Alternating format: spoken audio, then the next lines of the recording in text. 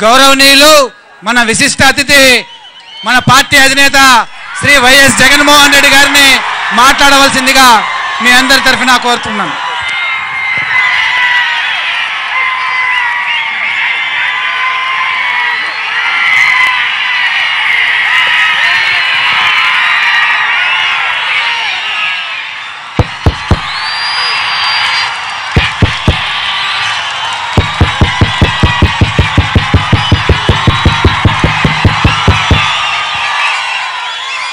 అనంతపురం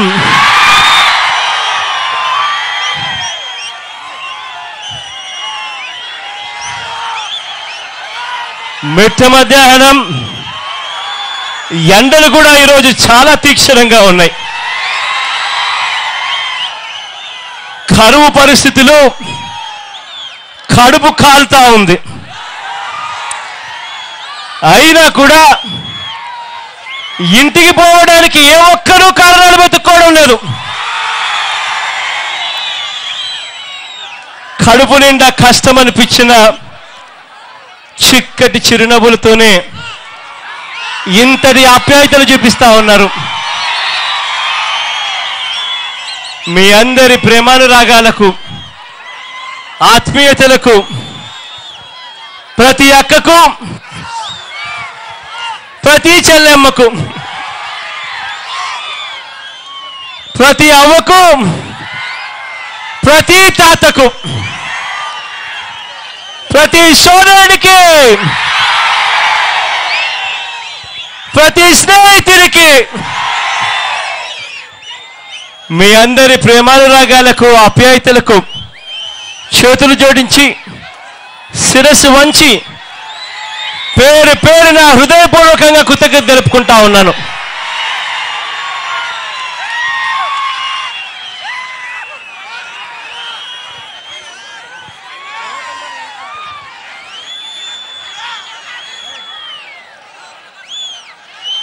ఈరోజు కరువు తాండవిస్తా ఉన్న పరిస్థితులు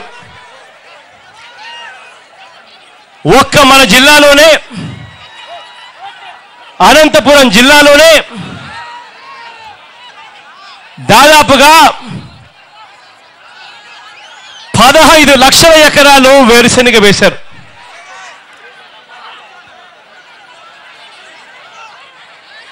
దాదాపుగా మరో 3 లక్షల ఎకరాలు మిగతా పంటలు వేశారు. దాదాపుగా 15,15,000 ఎకరాలు వేసిన ఈ వేరుశెనగ పంట ఇవాళ జిల్లాలో 90% పంట ఇవాళ ఎండిపోయిన పరిస్థితే కనిపిస్తా ఉంది. రాయలసీమలో అనంతపురం, కర్నూలు, కడప, చిత్తూరు జిల్లాలు, రాయలసీమలన్నీ కలిపి దాదాపుగా 21,55,000 ఎకరాల్లో వేరుశెనగ పంట వేశారు. దాదాపుగా 17,52,000 ఎకరాల్లో ఇవాళ పంట ఎండిపోయిన పరిస్థితులు కనిపిస్తా ఉన్నాయి. తీవ్రమైన కరువు, దుర్భర పరిస్థితి. ఇవాళ జూన్లో మంచి వర్షాలు కురిశాయి. వరుసగా కరువులతో అల్లాడుతున్నాం. జూన్లో మంచి వర్షాలు పడ్డాయి కాబట్టి కాస్తో కూస్తో కనీసం ఈ సంవత్సరం అన్నా బయటపడగలం. అందరూ కూడా ఈ సంవత్సరం మంచి మాన్సూన్లు వస్తాయని చెప్పి టీవీలలో ఊదరగొడుతున్నారు అని చెప్పి ఎప్పుడూ లేని విధంగా 17 లక్షల ఎకరాలు, ఎప్పుడూ లేని విధంగా 15 లక్షల ఎకరాలు మామూలు కన్నా ఎక్కువగానే ఈ సంవత్సరం పంటలేశాం. ఇవాళ జూలైలో చాలీచాలని వర్షాలు, పర్వాలేదు అని అనుకున్నాం. జూలై చివరి నుంచి ఆగస్టు చివరి వరకు ఒక్క బొట్టంటే ఒక్క బొట్టు వర్షం కూడా పడని పరిస్థితి. తీరా వేరుశెనగ ఊటలు దిగినప్పుడు 50 రోజుల నుంచి 65వ రోజు వరకు ఊటలు దిగుతా ఉన్న పరిస్థితుల్లో వర్షాలు పడితే కానీ వేరుశెనగ బతకని పరిస్థితి కనిపిస్తా ఉంది అనే సంగతి తెలుసు. జూలై చివరి నుంచి ఆగస్టు చివరి వరకు చుక్క వర్షం పడలేదు. పంటల్లో 90% పంట నష్టపోయిన పరిస్థితి. ఇవాళ ఇంతటి దారుణంగా పరిస్థితులుంటే చంద్రబాబు నాయుడు గారు ఆగస్టు 28వ తారీఖున ఇక్కడికి వస్తాడు. ఆగస్టు 28వ తారీఖున పుట్టపర్తికి కదిరికి వస్తాడు. వచ్చి తానంటాడు, కరువు ఉందా? నాకు తెలియదే, నాకు మంత్రులు ఎవరు చెప్పలేదే, నాకు ఎమ్మెల్యేలు ఎవరు చెప్పలేదే, అధికారులు ఎవరు చెప్పలేదే, నాకు ఎవరు చెప్పలేదే అని చెప్పి చంద్రబాబు నాయుడు గారు అంటారు. ఇదే పెద్ద మనిషి చంద్రబాబు నాయుడు గారు మామూలుగా అడక్కపోయినా చెప్తా ఉంటాడు, నాకు కంప్యూటర్ ఉంది, ఆ కంప్యూటర్ నా గదిలో ఉంటుంది, ఆ కంప్యూటర్లో ఒక నేను బటన్ నొక్కినానంటే కోర్ డాష్ బోర్డ్ అని చెప్పి ఓపెన్ అవుతుంది. దాంతో ప్రతిరోజు ఎక్కడ ఎంత వర్షం పడినా కూడా నాకు తెలుస్తుంటుంది అని చెప్పి ఊదర కొడతాడు అడిగినా అడక్కపోయినా. నేను అడుగుతా ఉన్నా చంద్రబాబు నాయుడు గారిని, ఏమయ్యా నీ కోర్ డాష్ బోర్డ్ పనిచేయడం లేదా? నీ కంప్యూటర్లు పనిచేయడం లేదా? నీ చెయ్యి రావడం లేదా కంప్యూటర్ మీద కొట్టడానికి అని అడుగుతా ఉన్నా.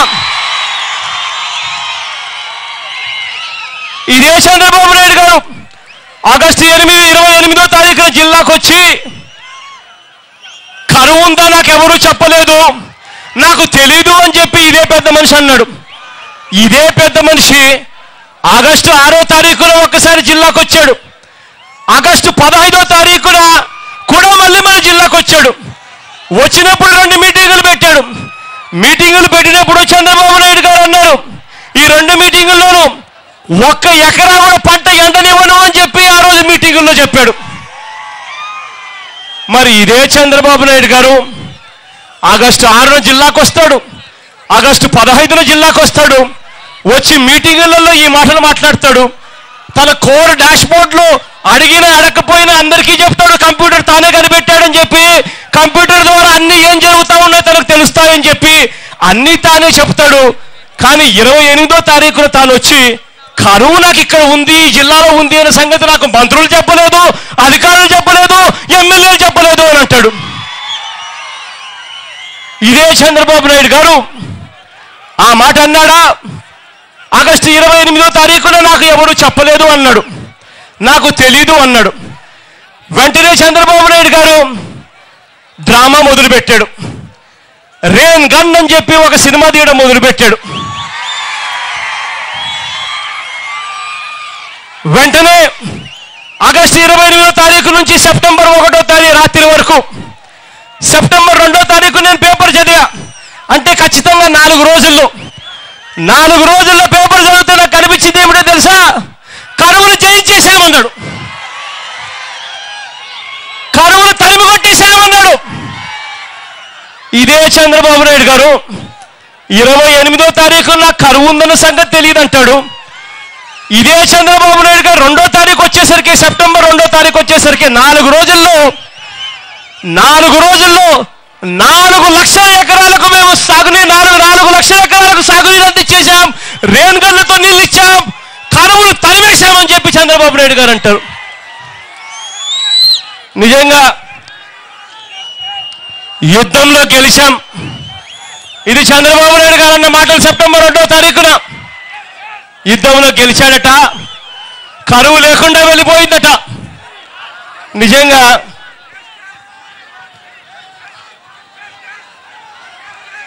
పోనీ నోరు తెలిస్తే ఇంత అబద్ధాలు ఆడుతా ఉన్న ఈ వ్యక్తికి అసలు రేన్ గన్ అంటే ఏమిటో తెలుసా అని చెప్పి కూడా నా డౌట్లు వచ్చాయి.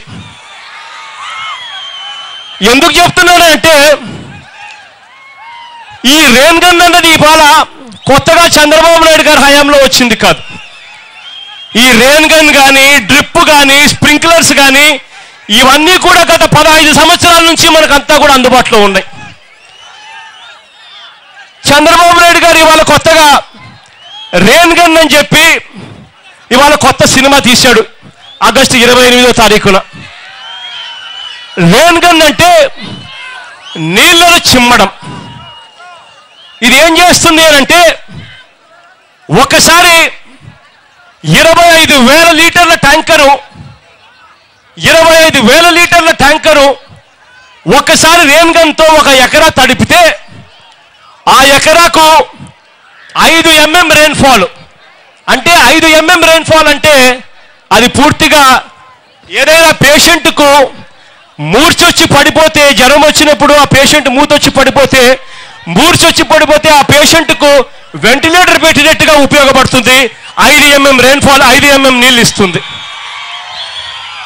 ఇవాళ అడుగుతా ఉన్నా, మామూలుగా మన గ్రామీణ భాషల్లో మనం పదును అంటాం. పదును అంటాం. పదును అని అంటే దాని అర్థం 25 mm రెయిన్ఫాల్ పడితే 28 mm వర్షం పడితే 25 mm తడి ఉంటే దాన్ని పదును అంటారు. అంటే చంద్రబాబు నాయుడు గారు చెప్తా ఉన్న ఈ రెయిన్ గన్ల ద్వారా ఒక ఎకరాకు నీళ్లు 25,000 లీటర్ల ట్యాంకర్లతో నీళ్ళు ఇస్తే కేవలం 5 mm నీళ్ళు ఇస్తుంది. మన దగ్గర ఇవాళ గ్రామీణ ప్రాంతంలో మనమంతా ఉంటాం. మన దగ్గర ఉన్న ట్యాంకర్లన్నీ కూడా ఇవాళ 4,000 లీటర్లు 5,000 లీటర్ల ట్యాంకర్లే కనిపిస్తూ ఉన్నాయి. అంటే దాని అర్థం చంద్రబాబు నాయుడు గారు చెప్పినట్టు ఒక ఎకరా బతికియాలనంటే దాని అర్థం వెంటిలేటర్ మీద పెట్టినా కూడా అంటే కేవలం జ్వరం వచ్చినోనికి వెంటిలేటర్ మీద పెట్టినా కూడా 5 mm నీళ్ళు ఇవ్వాలనంటే ఒక ఎకరాకు కనీసం 4,000 లీటర్ల ట్యాంకర్లు అయితే 6, 5,000 లీటర్ల ట్యాంకర్లు అయితే 5. అంటే ఒక ఎకరాకు 5 నుంచి 6 ట్యాంకర్లు కనీసం అంటే 5 mm నీళ్ళు ఇవ్వడానికి ఇవ్వాలి. మరి చంద్రబాబు నాయుడు గారేమో కాపాడేశాను అని అన్నాడు. కాపాడడం అంటే దాని అర్థం 25 mm నీళ్ళు ఇచ్చినట్టు. అంటే దాని అర్థం ఎకరాకు 5 ట్యాంకర్లు ఇంటూ 5 సార్లు లేకపోతే 6 ట్యాంకర్లు ఇంటూ 5 సార్లు అంటే ఎకరాకు 25 నుంచి 30 ట్యాంకర్లతో చంద్రబాబు నాయుడు గారు చెప్పినట్టుగా నీళ్ళు ఇస్తే కనీసం పదును నీళ్ళు అంటారు. అంటే 25 mm నీళ్ళు ఇస్తారు. చంద్రబాబు నాయుడు గారు చెప్పిన లెక్కల ప్రకారం 1,00,000 ఎకరాలకు రోజు నీళ్ళు ఇచ్చాడట. 4 రోజుల్లో 4 లక్షల ఎకరాలకు నీళ్ళు ఇచ్చాడట. అంటే దాని అర్థం చంద్రబాబు నాయుడు గారి లెక్కల ప్రకారం రోజుకు 25 లక్షల నుంచి 30 లక్షల ట్యాంకర్లతో నీళ్ళు ఇచ్చాడట చంద్రబాబు నాయుడు గారు. నేను అడుగుతా ఉన్నా ఒకటే, మన జిల్లాలో ట్యాంకర్ల కాదని మనకు తెలుసు. పక్కన కర్ణాటక తమిళనాడు 2 కలుపుకున్నా కూడా ఇన్ని ట్యాంకర్లు ఉంటాయన్న సంగతి కూడా నాకు తెలియదని చెప్తా ఉన్నా నేను. ఆ సంగతి మీ అందరికీ తెలుసు, నాకు తెలుసు. కానీ చంద్రబాబు నాయుడు గారికి మాత్రం పబ్లిసిటీ పిచ్చి ఎక్కువై రైతులు ఎలా పోయినా పర్వాలేదు అని చెప్పి దుర్బుద్ధితో చంద్రబాబు నాయుడు గారు సిగ్గు లేకుండా 4 రోజుల్లో 4 లక్షల ఎకరాల్లో 4 లక్షల ఎకరాలు కాపాడామని చెప్పి అబద్ధాలు ఆడుతా పోతాడు. ఇవాళ ఇది చంద్రబాబు నాయుడు గారి రెయిన్ గన్తో ఇలా మొట్టమొదటగా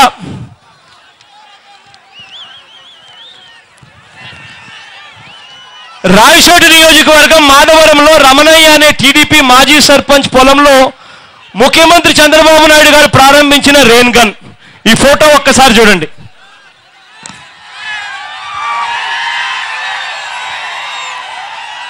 చక్కగా చంద్రబాబు నాయుడు గారు ఉన్నారు, పక్కన టీడీపీ మాజీ సర్పంచ్ మాధవరం సర్పంచ్ ఉన్నాడు. రెయిన్ గన్తో ప్రారంభిస్తున్నాను అని చెప్పాడు. బాగా ఉంది కదా ఫోటో.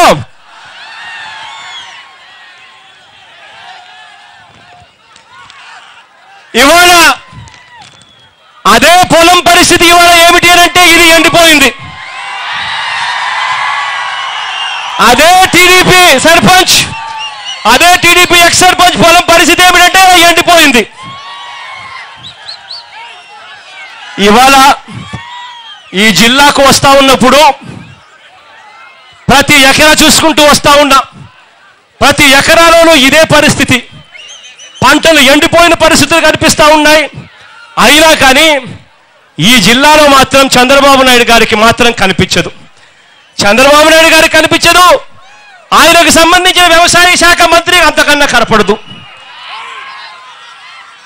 పత్తిపాటి పుల్లారావు గారు అంటారు 4 లక్షల ఎకరాలలో చంద్రబాబు నాయుడు గారు 4 లక్షల ఎకరాలు 4 రోజుల్లో కాపాడారు.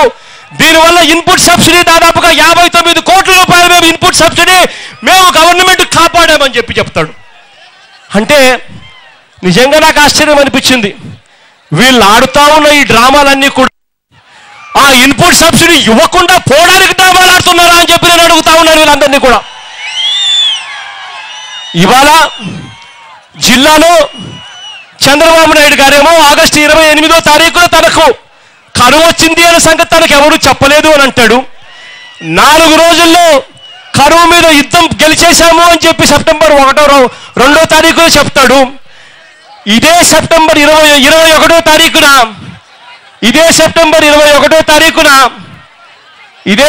21వ తారీఖున కొల్లు రవీంద్ర గారు మన జిల్లాకు వస్తాడు. కొల్లు రవీంద్ర మన జిల్లాకు వచ్చి మంత్రులతో ఎమ్మెల్యేలతో తాను కూర్చొని ప్రెస్ మీట్ పెడతారు. ప్రెస్ మీట్ పెట్టి ఈ జిల్లాలో 90% పంట ఎండిపోయింది అనే సంగతి మేమంతా కూడా ఆమోదిస్తున్నాము, ప్రభుత్వం దృష్టికి తీసుకొని పోతాము అని చెప్తాడు. నేను అడుగుతా ఉన్నాను ఒకటే, అయ్యా ఏది నిజమని అడుగుతా ఉన్నా. చంద్రబాబు నాయుడు గారు చెప్తా ఉన్నట్టు రేణుగన్లతో పంటలు బతికిచ్చామన్నది నిజమా, లేదా మీ మంత్రులు చెప్తా ఉన్నట్టు 90% పంట ఎండిపోయిన మాట వాస్తవమా అని నేను అడుగుతా ఉన్నా. నేను ఇదే జిల్లాకు చెందిన ఆ మీటింగ్లో పాల్పంచుకున్న వాళ్ళందరికీ కూడా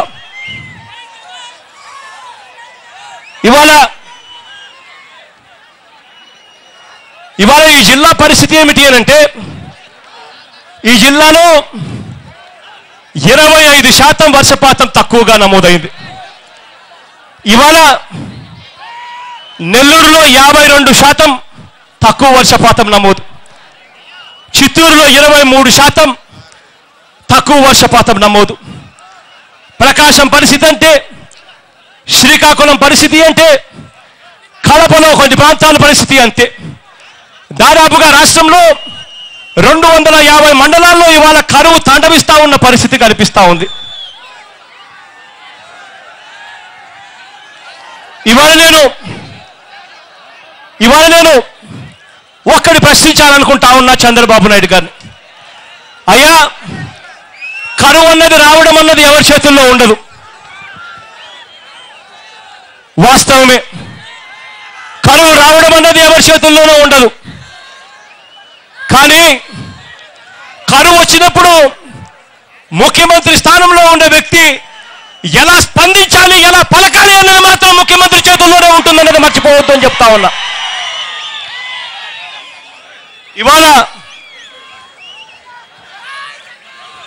ఇవాళ ఈ విషయం ఎందుకు చెప్తున్నాను అనంటే, గతంలో కూడా కరువులు వచ్చినప్పుడు ఆ దివంగత నేత, ఆ ప్రీతమ నాయకుడు డాక్టర్ వైఎస్ రాజశేఖర రెడ్డి గారు ఎలా పట్టించుకున్నారు అన్నది ఒక్కసారి జ్ఞాపకం చేసుకోవాలి. జిల్లాలో చంద్రబాబు నాయుడు గారి పుణ్యాన రైతులందరూ కూడా అలమటించి ఆకలి చావులతో ఆత్మహత్యలు చేసుకుంటా ఉన్న పరిస్థితులు 2004 దాకా. 2004లో దివంగత నేత ప్రీతమ నాయకుడు రాజశేఖర రెడ్డి గారు ముఖ్యమంత్రి అయిన తర్వాత ఆ దివంగత నేత ఈ ఆత్మహత్యలు చేసుకుంటా ఉన్న ఈ పరిస్థితి రాకూడదు, ఈ ఆత్మహత్యలు చేసుకుంటా ఉన్న పరిస్థితి పోవాలి అని అంటే ముఖ్యమంత్రిగా నేనేం చెయ్యాలి, కేంద్రం చేత ఏం చేయించాలి అని చెప్పి ఆ దివంగత నేత ప్రీతమ నాయకుడు రాజశేఖర రెడ్డి గారు ఆలోచనలు చేశాడు. ఆ దివంగత నేత ప్రీతమ నాయకుడు రాజశేఖర రెడ్డి గారు ఆలోచనలు చేసి ఆ ఆలోచన నుంచి పుట్టిన ఆలోచనగా తన తొలి సంతకం ఉచిత విద్యుత్ అనే సంతకం మీద మొట్టమొదటి సంతకం పెట్టాడు. ఆ తొలి సంతకంతో బోరు వ్యవసాయం మీద బతికి ఆధారపడతా ఉన్న, ముఖ్యంగా అనంతపురం జిల్లా రైతులకు, బోరు వ్యవసాయం మీద ఆధారపడుతున్న ఈ రైతులకు తోడుగా నిలబడే పరిస్థితి వచ్చింది. ఉచిత కరెంటు ఇవ్వడం 9 సంవత్సరాలు చంద్రబాబు నాయుడు గారు ముఖ్యమంత్రిగా ఉన్నప్పుడు రైతులందరూ కరువుతో అల్లాడిపోతా ఉన్నప్పుడు చంద్రబాబు నాయుడు గారికి తట్టల. పైగా రైతులందరినీ కూడా చంద్రబాబు నాయుడు గారు శిక్షించేందుకు ప్రత్యేక కోర్టును తీసుకొచ్చాడు, రైతులు తీసుకొని పోయి పోలీస్ స్టేషన్లో నిలబెట్టాడు. చంద్రబాబు నాయుడు గారు పుణ్యమాని రైతులు ఆత్మహత్యలు చేసుకున్నారు. ఆ దివంగత నేత, ఆ ప్రీతమ నాయకుడు రాజశేఖర రెడ్డి గారు చేసిన రెండవ పని ఏమిటి అంటే మొత్తంగా వ్యవసాయ కరెంటు మీద ఉన్న బకాయిలు దాదాపుగా 1100 కోట్ల రూపాయలు ఒక్క సంతకంతో తాను మాఫీ చేశాడు ఆ దివంగత నేత ప్రీతమ నాయకుడు రాజశేఖర రెడ్డి గారు. ఆ దివంగత నేత ప్రీతమ నాయకుడు రాజశేఖర రెడ్డి గారు ఇంతటితోనే సరిపోదు, రైతులందరికీ కూడా మేలు జరగాలి అని అంటే ఇంకా ఏం చేయాలి అని ఆలోచన చేశాడు. కేంద్రంతో ఏం చేయించాలి అని ఆలోచన చేశాడు. కేంద్రం దగ్గరికి వెళ్ళాడు. కేంద్రం దగ్గరికి వెళ్ళి ఆంధ్ర రాష్ట్రంలో జరుగుతూ ఉన్న ఆత్మహత్యలు ఎందుకు జరుగుతూ ఉన్నాయన్నది అన్న నివేదిక ప్రసిద్ధ ఆర్థికవేత్త జయతి ఘోష్ అనే ప్రసిద్ధ ఆర్థికవేత్త జయతి ఘోష్ అనే ఆయన ఒక నివేదిక తయారు చేసింది. రాష్ట్రంలో మరీ ముఖ్యంగా కరువు పీడిన ఆంధ్ర రాష్ట్రంలో ఎందుకు ఆత్మహత్యలు జరుగుతూ ఉన్నాయని నివేదిక తయారు చేసింది. ఆ నివేదిక తీసుకొని దివంగత నేత ప్రీతమ నాయకుడు రాజశేఖర రెడ్డి గారు ఢిల్లీకి బయలుదేరాడు. ఢిల్లీకి బయలుదేరి ఆ దివంగత నేత ఢిల్లీలో ప్రధానమంత్రి దగ్గర నుంచి ఆర్థిక మంత్రి దగ్గర నుంచి ఆర్బీఐ గవర్నర్ దాకా అందరి మీద ఒత్తిడి తీసుకొచ్చాడు. తీసుకొని వచ్చి వరుస కరువులతో ఆంధ్ర రాష్ట్రం అల్లాడుతూ ఉంది. 2001 నుంచి 2004 దాకా ఆత్మహత్యలు జరుగుతూ ఉన్న పరిస్థితుల మీద నివేదిక ఇచ్చారు. ఈ నివేదికని చూసుకోండి. ఈ నివేదికలే కాకుండా మొత్తం దేశంలో కూడా మీరు అధ్యయనం చేయించండి. అధ్యయనం చేసి 2001 నుంచి 2004 దాకా వరుస కరువులతో రైతులు అల్లాడిపోతా ఉన్న పరిస్థితిని గమనించండి. గమనించి ఒక పాలసీని తీసుకొని రండి, తీసుకొని రైతులకు తోడుగా నిలబడండి అని చెప్పి ఆ దివంగత నేత ప్రీతమ నాయకుడు రాజశేఖర రెడ్డి గారు కేంద్రం మీద ఒత్తిడి తీసుకొచ్చాడు. ఆ దివంగత నేత ప్రీతమ నాయకుడు రాజశేఖర రెడ్డి గారు చంద్రబాబు నాయుడు గారి మాదిరిగా తాను పోయి అర్జీ ఇచ్చి ఊరుకోలేదు. మిగిలిన ముఖ్యమంత్రుల మాదిరిగా అర్జీలు ఇచ్చి వదిలేయలేదు. చంద్రబాబు నాయుడు గారి మాదిరిగా అర్జీలు ఇచ్చి వదిలేసిన పాపాన పోలేదా దివంగత నేత. కేంద్రం మీద ఒత్తిడి తీసుకొచ్చాడు. ఒత్తిడి తీసుకొచ్చిన నేపథ్యంలో, ప్రధానమంత్రి మీద ఒత్తిడి తీసుకొచ్చిన నేపథ్యంలో కేంద్రం ఒక కమిటీని కాన్స్టిట్యూట్ చేసింది. కాన్స్టిట్యూట్ చేసి రాష్ట్రంలోనే కాక దేశంలో అంతా కూడా 2001 నుంచి 2004 దాకా కరువు వల్ల చనిపోయిన ఆత్మహత్యలు చేసుకుంటా ఉన్న పరిస్థితులు ఏమిటి, ఎందుకు జరుగుతూ ఉన్నాయి, అది నివారించాలంటే ఏం చేయాలి అని అధ్యయనం చేసింది కేంద్ర ప్రభుత్వం. ఆ అధ్యయనంలో దేశం మొత్తం మీద 31 మండలాలలో ఈ రకంగా స్పెషల్ ప్యాకేజ్ ఇవ్వాలి అని చెప్పి ఆ రోజు 31 జిల్లాలను దేశవ్యాప్తంగా కేంద్ర ప్రభుత్వం ఆమోదించింది. ఇక్కడ ఒక్కటి చెప్పాలి, ఆ 31 జిల్లాలు దేశవ్యాప్తంగా కేంద్రం ఆమోదిస్తే ప్రత్యేక ప్యాకేజ్ ఇవ్వాలి వీటికి అని చెప్పి ఆ 31 జిల్లాలలో 23 జిల్లాలు ఉన్న ఆంధ్ర రాష్ట్రంలో 16 జిల్లాలు ఒక్క మన ఆంధ్ర రాష్ట్రంలోకి వచ్చాయి అన్నది మనం గొప్పగా చెప్పుకోవాలి. అది ఆ దివంగత నేత ప్రీతమ నాయకుడు రాజశేఖర రెడ్డి గారు చేసిన కృషి. ఆ రోజు కంబైన్డ్ ఆంధ్ర రాష్ట్రంలో రాష్ట్రం మొత్తం ఒక్కటిగా ఉన్నప్పుడు మనందరికీ కలిపి 23 జిల్లాలు ఉండేవి. ఆ 23 జిల్లాలలో హైదరాబాదు, రంగారెడ్డి వంటి అర్బన్ జిల్లాలను తీసేస్తే మిగిలి ఉండేది 21 జిల్లాలు. అంటే 21 జిల్లాలలో 16 జిల్లాలకి ప్యాకేజ్ వర్తింపజేసేలా చేశాడు ఆ దివంగత నేత ప్రీతమ నాయకుడు రాజశేఖర రెడ్డి గారు. ఆ దివంగత నేత ఆ ప్రీతమ నాయకుడు రాజశేఖర రెడ్డి గారు పుణ్యమా అని ఫలితంగా ఆ ప్యాకేజ్ వచ్చింది. ఆ ప్యాకేజ్ వచ్చిన తర్వాత ఏళ్ల తరబడి రైతులందరూ కూడా కట్టాల్సిన వడ్డీలన్నీ కూడా పూర్తిగా మాఫీ చేసిన పరిస్థితి ఆ రోజు జరిగింది ఆ దివంగత నేత ప్రీతమ నాయకుడు రాజశేఖర రెడ్డి కృషి వల్ల. ఆ రోజు రైతులందరూ కూడా పూర్తిగా కట్టవలసిన వడ్డీలన్నీ కూడా పూర్తిగా మాఫీ అయ్యాయి. మాఫీ కావడమే కాకుండా కేంద్ర ప్రభుత్వం ఆదేశాలు ఇచ్చింది ఆర్బీఐకి, వెంటనే ప్రతి రుణం కూడా రెన్యువల్ కావాలి, వడ్డీలన్నీ పూర్తిగా మాఫీ కావాలి, రుణ అకౌంట్లన్నీ రెన్యువల్ కావాలి. రెన్యువల్ అయి వాళ్ళందరికీ కూడా మంచి జరిగేటట్టుగా మళ్ళీ కొత్త రుణాలు ఇవ్వాలి అని చెప్పి ఆ దివంగత నేత ప్రీతమ నాయకుడు రాజశేఖర రెడ్డి చేసిన కృషి వల్ల కేంద్రం ఆదేశాలు ఇచ్చింది. ఆ దివంగత నేత ప్రీతమ నాయకుడు రాజశేఖర రెడ్డి గారు కరువును జయించాలి అని అంటే ఎలా చేయాలి అన్న ఆలోచనలతో బయలుదేరాడు. అందుకే ఆ దివంగత నేత నుంచి ఇటువంటి ఆలోచనలన్నీ పుట్టాయి. ఆ దివంగత నేత ఇంతటితో ఆగిపోలేదు. ఆ దివంగత నేత కరువు అన్నది శాశ్వతంగా తీసేయాలి అని అంటే, కరువు అన్నది శాశ్వతంగా పోవాలి అని అంటే పెండింగ్లో ఉన్న ప్రతి ప్రాజెక్టు పూర్తి కావాలి, పెండింగ్లో ఉన్న ప్రతి ప్రాజెక్టు పూర్తవుతేనే అది సాధ్యమవుతుంది అని ఆ దివంగత నేత ప్రీతమ నాయకుడు రాజశేఖర రెడ్డి గారు హంద్రి నీవాను, గాలేరు నగరి సుజల సమంతిని, వెలుగొండను, పులిచింతలను, పోలవరం ప్రాజెక్టులు అన్నిటినీ కూడా ఆ దివంగత నేత ప్రీతమ నాయకుడు రాజశేఖర రెడ్డి గారు ఉరుకులు పరుగులు తీయించాడు. ఆ దివంగత నేత ప్రీతమ నాయకుడు రాజశేఖర రెడ్డి గారు అంతవరకు 9 సంవత్సరాలు చంద్రబాబు నాయుడు గారు ముఖ్యమంత్రిగా ఉన్నప్పుడు హంద్రి నీవ మీద తాను ఖర్చు పెట్టింది ఎంత అంటే 9 సంవత్సరాలలో కేవలం 13 కోట్లు ఖర్చు పెట్టాడు. ఆ చంద్రబాబు నాయుడు గారు గాలేరు నగరి మీద ఎంత ఖర్చు పెట్టాడు అని అంటే కేవలం 17 కోట్లు ఖర్చు పెట్టాడు 9 సంవత్సరాలలో. ఆ చంద్రబాబు నాయుడు గారు వెలుగొండ ప్రాజెక్టు మీద 9 సంవత్సరాలలో ఎంత ఖర్చు పెట్టాడు అని అంటే కేవలం 13.5 కోట్లు ఖర్చు పెట్టాడు. ఆ చంద్రబాబు నాయుడు గారు 9 సంవత్సరాల కాలంలో పులిచింతల ప్రాజెక్టు మీద ఎంత ఖర్చు పెట్టాడంటే కేవలం 24 కోట్లు ఖర్చు పెట్టాడు. 9 సంవత్సరాలు చంద్రబాబు నాయుడు గారు ముఖ్యమంత్రిగా పరిపాలన చేసి పోలవరం ప్రాజెక్టు మీద ఎంత ఖర్చు పెట్టాడంటే కేవలం 7 కోట్లు ఖర్చు పెట్టాడు.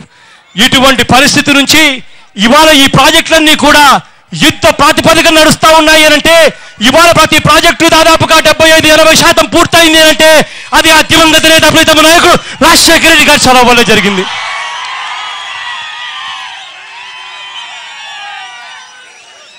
ఇంతటితో ఆగిపోలేదు ఆ దివంగత నేత. కరువు వచ్చినప్పుడు ఏ ముఖ్యమంత్రి అయినా ఆలోచనలు చేయాలి. కరువు వచ్చింది, రైతులకు తోడుగా ఉండాలి, ఏ రకంగా చేస్తే రైతులను ఆదుకోగలుగుతాం, కరువు ఛాయలకు రైతుకు పోకుండా మళ్ళీ ఆ రైతు కాళ్ళ మీద తను ఎలా నిలబడాలి అన్న ఆలోచనలతో బయలుదేరాలి. ఆ ముఖ్యమంత్రి దివంగత నేత ప్రీతమ నాయకుడు రాజశేఖర రెడ్డి గారు ఇంతటితో ఆగిపోలేరు. ఆ దివంగత నేత కనీస మద్దతు ధర అన్నది పెరిగితేనే రైతు అన్నది తన కాళ్ళ మీద నిలబడతాడు అని చెప్పి ఆ రోజు మీకు అందరికీ గుర్తుంటుంది. ఆ దివంగత నేత ప్రీతమ నాయకుడు రాజశేఖర రెడ్డి గారు ముఖ్యమంత్రి అయ్యే నాటికి వరి మీద కనీస మద్దతు ధర కేవలం 540 రూపాయలు.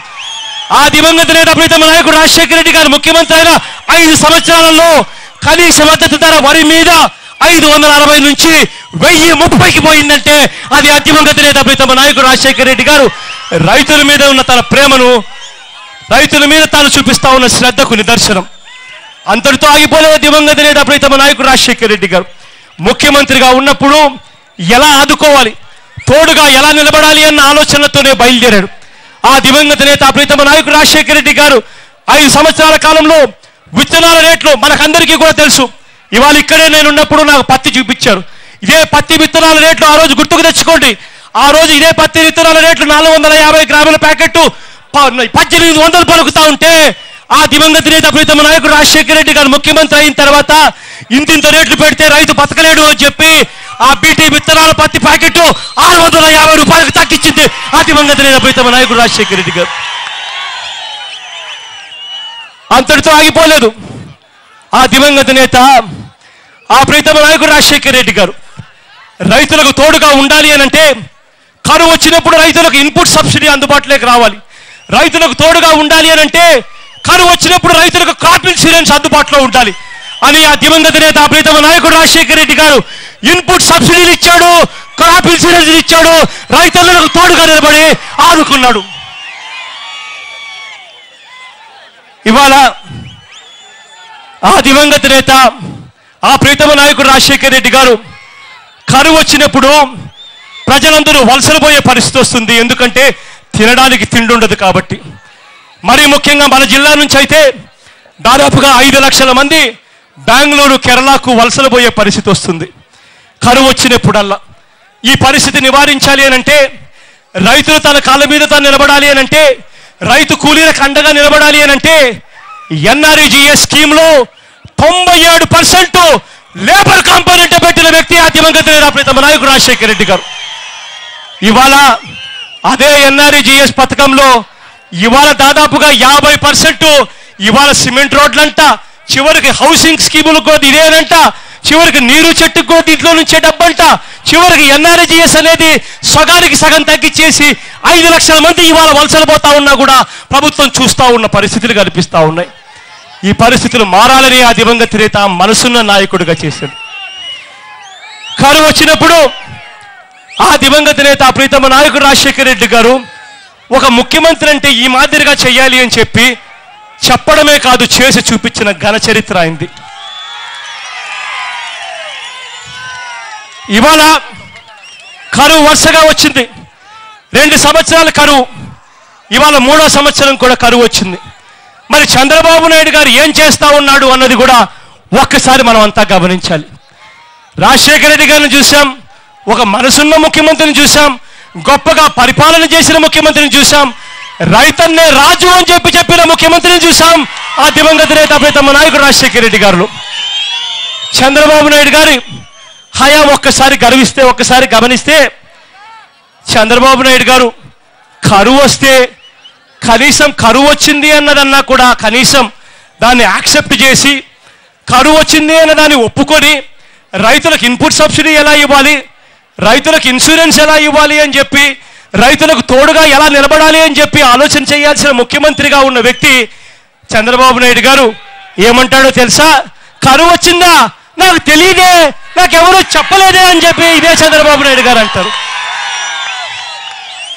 పైగా ఇదే చంద్రబాబు నాయుడు గారు కరువు వచ్చింది అని ఒప్పుకొని రైతులకు తోడుగా నిలబడాల్సిన ఇదే వ్యక్తి 4 రోజుల్లోనే కేవలం 28వ తారీఖున ఈ మాట అంటాడు, కరువు వచ్చిన సంగతి నాకు తెలియదని.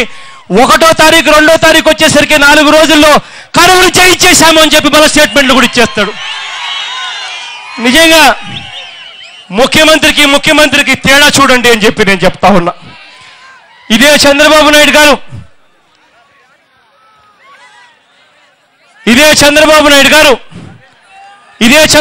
గారు కరువు వచ్చినప్పుడు రైతులకు తోడుగా నిలబడాల్సిన ఇదే వ్యక్తి తాను చేస్తున్నది ఏమిటి అని ఒక్కసారి గమనిస్తే, చంద్రబాబు నాయుడు గారు ముఖ్యమంత్రి అయిన తర్వాత 2013-14లో ఎలక్షన్ క్యాంపెయిన్కి వచ్చాడు. ఇలా ఎలక్షన్ క్యాంపెయిన్కి వచ్చి ఊదరగొట్టాడు. వరుసగా కరువు వచ్చింది, 3 తుఫాన్లు వచ్చాయి, ముఖ్యమంత్రి అయిన వెంటనే అందరికీ తోడుగా ఉంటానని చెప్పి ముఖ్యమంత్రి అయ్యాడు. ముఖ్యమంత్రి అయిన తర్వాత 2013-14కు సంబంధించిన ఇన్పుట్ సబ్సిడీ 2360 కోట్ల రూపాయలు పూర్తిగా ఎగడామం పెట్టాడు రైతులకి ఇవ్వకుండా.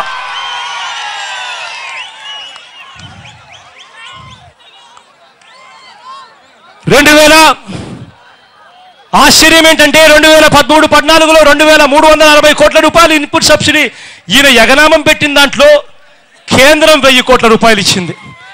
కేంద్రం ఇచ్చిన 1000 కోట్ల రూపాయలు కూడా వేరే వాటికి వాడుకున్నాడు, రైతులను గాలికి వదిలేశాడు. 2014-15లో 692 కోట్ల రూపాయలు ఇన్పుట్ సబ్సిడీగా లెక్కలు కట్టారు. 1500 కోట్ల రూపాయలు కలెక్టర్లు మొదట ఇన్పుట్ సబ్సిడీ ఇవ్వాలి అని లెక్కలు కడితే క్యాబినెట్ మీటింగుల మీద క్యాబినెట్ మీటింగులు జరిపి చంద్రబాబు నాయుడు గారు 1500 కోట్లను 1000 కోట్లకు తగ్గించాడు. 1000 కోట్లను చివరకు 692 కోట్లకు తగ్గించి పూర్తిగా రైతుల నోట్లో ఇవాళ మట్టి కొట్టాడు చంద్రబాబు నాయుడు గారు 2014-15లో. ఆ 2014-15కు సంబంధించి 692 కోట్ల రూపాయలు కనీసం తగ్గించిందన్న ఇచ్చాడు అని అంటే అదే లేదు. దాంట్లో కూడా ఇవాళకి కూడా ఇంకా 60 కోట్ల రూపాయలు ఇంకా బకాయిలు ఉన్నాయి. పోనీ 2015-16 అంటే నీరేడు సంవత్సరం కరువు వచ్చింది, తుఫాన్ వచ్చింది. కరువు వచ్చి తుఫాన్ వచ్చి పూర్తిగా రైతులందరూ కూడా నష్టపోయిన పరిస్థితులు కనిపిస్తూ ఉంటే ఇన్పుట్ సబ్సిడీ 990 కోట్ల రూపాయలు అని చెప్పి తగ్గించి లెక్కలు కట్టారు. ఇవాళకి 2015-16 అయిపోయింది, 2016-17లో ఇవాళ మనం ఉండాం. ఇంతవరకు 990 కోట్ల రూపాయలు ఇన్పుట్ సబ్సిడీలో ఒక్క రూపాయి కూడా ఇచ్చిన పాపాన పోలేదు ఇదే చంద్రబాబు నాయుడు గారు. ఇదే చంద్రబాబు నాయుడు గారు ముఖ్యమంత్రిగా ఇవాళకి 2.5 సంవత్సరం అయిపోయింది. నేను మిమ్మల్ని అందరినీ ఒకటి అడుగుతా ఉన్నా, ఈ 2.5 సంవత్సరంలో కనీసం ఒక్కసారైనా కూడా మీకు క్రాప్ ఇన్సూరెన్స్ వచ్చిందా అని అడుగుతా ఉన్నా నేను. ఒక్కసారి కూడా కనీసం క్రాప్ ఇన్సూరెన్స్ కూడా దక్కని పరిస్థితి చంద్రబాబు నాయుడు గారు ముఖ్యమంత్రి అయిన తర్వాత జరుగుతా ఉన్న పరిస్థితి.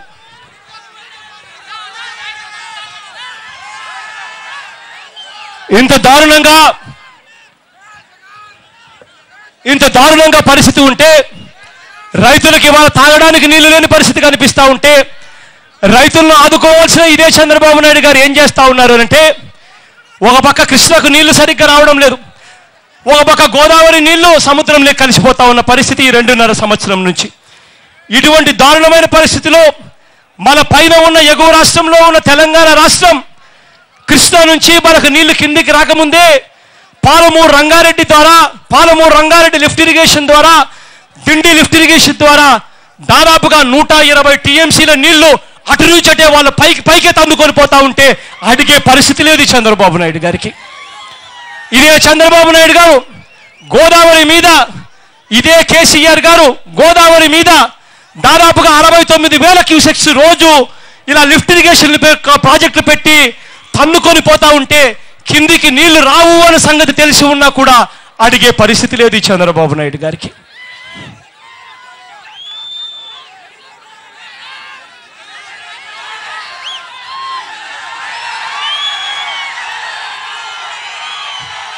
ఇవాళ ముఖ్యమంత్రిగా ఉన్న వ్యక్తి చంద్రబాబు నాయుడు గారు చేయాల్సింది ఏమిటి అని అంటే, చంద్రబాబు నాయుడు గారు హయాంలో ఇవాళ జరుగుతూ ఉన్నది ఏమిటి అని అంటే నకిలీ విత్తనాలు విడిగా అమ్ముతున్నారు. ఇవాళ చెనిక్కాయ మనం అంతా వేసాం, వర్షం వల్ల చెనిక్కాయ పండకపోవడం ఒక కర్మ అయితే, నకిలీ విత్తనాలతో చెనిక్కాయ పండకపోవడం రెండోదిగా మనకందరికీ కూడా కనిపిస్తూ ఉంది. నకిలీ విత్తనాల పరిస్థితి ఏమిటి అంటే ఇవాళ శనక్కాయ దగ్గర నుంచి, వేరుశనగ దగ్గర నుంచి ఇవాళ పత్తి, మిరప ఏది చూసినా కూడా నకిలీ విత్తనాలు దగ్గరుండి కమిషన్ల కోసం వీళ్ళే అమ్మిస్తా ఉన్న పరిస్థితి కనిపిస్తూ ఉంది.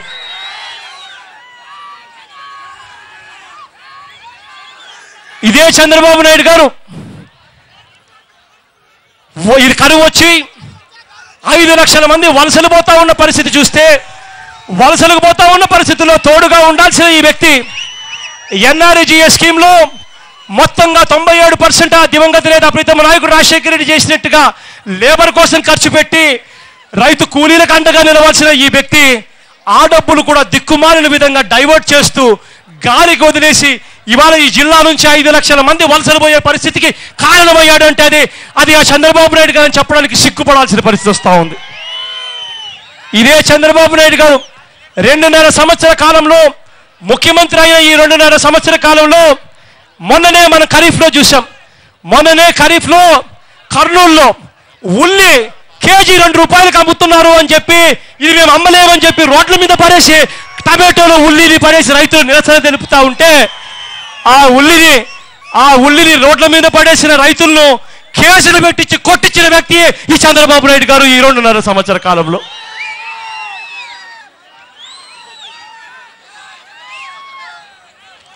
ఇదే చంద్రబాబు నాయుడు గారు 2.5 సంవత్సర కాలంలో రైతులకు తోడుగా నిలవాలని, రైతులకు అండగా నిలవాలని చెప్పి ఈ చంద్రబాబు నాయుడు గారు చేయాల్సిన పని ఏమిటి అని అంటే, ఎన్నికలకు ముందు చంద్రబాబు నాయుడు గారు అన్న మాటలు ఒక్కసారి ఆయన గుర్తుకు రావాలి. చంద్రబాబు నాయుడు గారు ఎన్నికలకు ముందు ఏమన్నాడు? బ్యాంకుల్లో పెట్టిన బంగారం ఇంటికి రావాలంటే బాబు ముఖ్యమంత్రి కావాలి అన్నాడా లేదా? 2 చేతుల పైకెత్తి గట్టిగా చెప్పాలి, అన్నాడా లేడా? బ్యాంకుల్లో పెట్టిన బంగారం మీకు వచ్చిందే అని అడుగుతా ఉన్నా. 2 చేతుల పైకెత్తి. పైగా బ్యాంకుల్లో పెట్టిన బంగారం ఇంటికి రాలేదు, బ్యాంకుల్లో పెట్టిన బంగారం వేలం వేస్తా ఉన్నారు.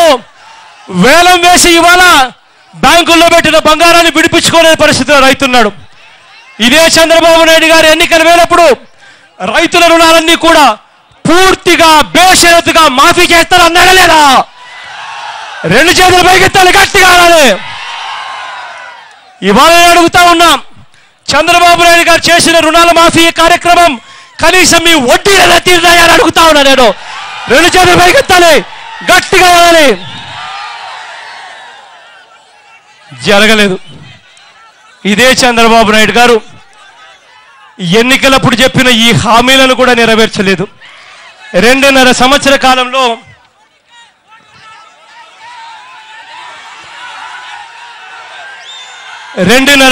కాలంలో చంద్రబాబు నాయుడు గారి పరిస్థితి ఇది. నేను ఒక్కటి చెప్పదలుచుకున్నా. ఇవాళ ఇదే చంద్రబాబు నాయుడు గారు నేను ఉద్దేశించి ఒక్కటి చెప్పదలుచుకున్నా. అయ్యా చంద్రబాబు నాయుడు గారు 2015లో ఖరీఫ్ నుంచి హంద్రీ నీవ ద్వారా అనంతపురం జిల్లాకు సాగునీరు ఇస్తామని చెప్పి నువ్వు చెప్పావా లేదా అని అడుగుతా ఉన్నా. 2015 జూన్ 1 నాటికి గండికోటకు నీరు ఇస్తామని చెప్పి నువ్వు చెప్పావా లేదా అని అడుగుతా ఉన్నా.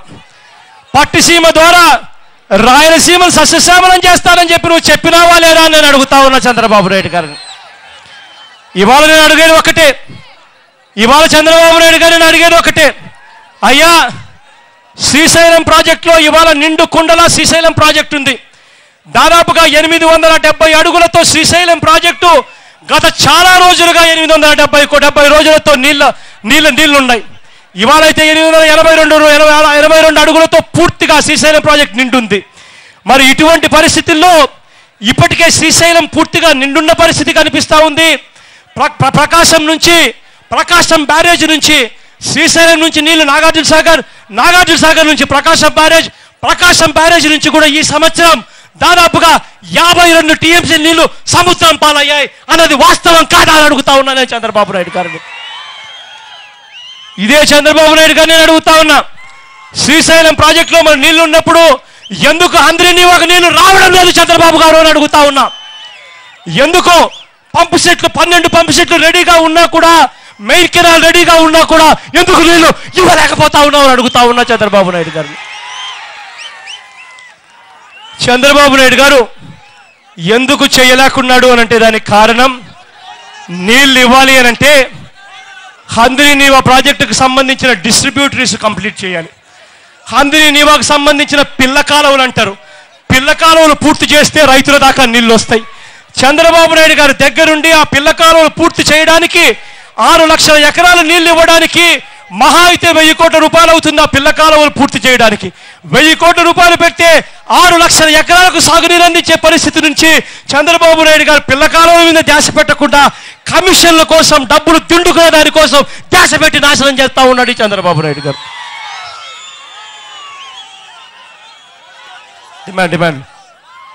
డిమాండ్ ఇవాళ కలెక్టర్ గారి దగ్గరికి వెళ్ళి జరుగుతూ ఉన్న పరిస్థితిని వివరించి రైతులకు తోడుగా ఉండాలి, రైతులకు అండగా ఉండాలి, రైతులందరూ నష్టపోయిన పరిస్థితుల్లో ప్రతి ఎకరాకు కూడా పంటను బట్టి కనీసం 10,000 నుంచి 20,000 రూపాయలు వెంటనే ఇవ్వాల్సిన పరిస్థితి ఉంది. రైతులకు తోడుగా ఉండని చెప్పి గట్టిగా డిమాండ్ చేస్తూ ఉన్నాము. రైతుల పక్షాన పెండింగ్లో ఉన్న ప్రతి ప్రాజెక్టు పూర్తి కావాలి అని చెప్పి గట్టిగా డిమాండ్ చేస్తూ ఉన్నాం. వెంటనే డిస్ట్రిబ్యూటరీ కెనాల్స్ అంటే పిల్ల కాలువలను వెంటనే పూర్తి చేసి జిల్లాను ఆదుకోవాలని చెప్పి కూడా గట్టిగా డిమాండ్ చేస్తూ ఉన్నాం. ఇవన్నీ కలిపి రైతులకు, చేనేత కార్మికులకు తోడుగా ఉండాలని చెప్పి గట్టిగా డిమాండ్ చేస్తూ ఈ లేఖలో పూర్తిగా డిమాండ్లన్నీ చేకూరుస్తూ కలెక్టర్ గారి దగ్గరికి వెళ్ళి డిమాండ్ ఇస్తూ ఉన్నాం.